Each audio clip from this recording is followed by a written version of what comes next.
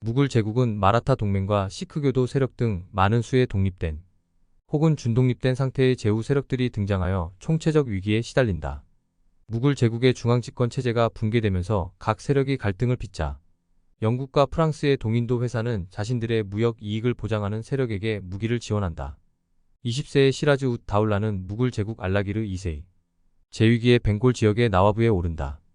나와부는 무굴 제국의 황제가 소속 지역을 다스리는 태수나 토우에게 수여한 지방 장관을 가리킨다.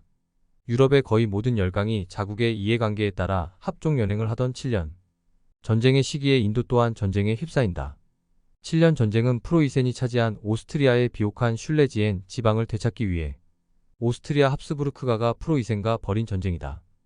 영국 및 프로이센과 맞서 싸운 7년 전쟁에서 프랑스는 상당한 손상을 입는다. 시라즈 웃 다울라는 영국의 동인도 회사가 벵골 내에서 상업적 특권을 확장하는 것에 불만을 품는다. 벵골의 주권을 위협한다 여긴 시라즈는 1756년 6월 16일 캘커타에 있는 영국의 방어 기지 윌리엄 요새를 공격한다.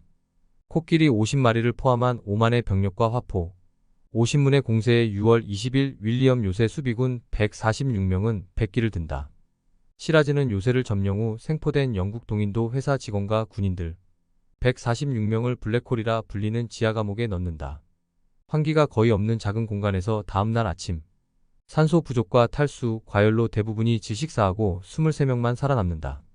하지만 실제로 감금된 인원과 사망자의 수에 대해 역사학자들 사이에 여러 가지 논란이 있다.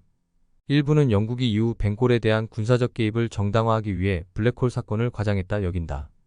격분한 영국은 로버트 클라이브 중령이 이끄는 군대를 파견해 캘커타 전투에서 윌리엄 요새를 되찾는다.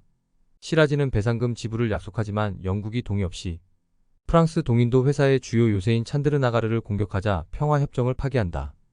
프랑스와 동맹을 강화하는 쪽으로 기운 시라즈의 벵골 토우국 프랑스 연합군은 영국과 1757년 6월 23일 플라시에서 맞붙는다. 5만 명의 병사와 40문의 대포, 10마리의 전쟁 코끼리를 집결한 시라즈는 최전방에 미르 무딘 장군 휘하의 7천 보병대와 5천 기병대를 배치시킨다.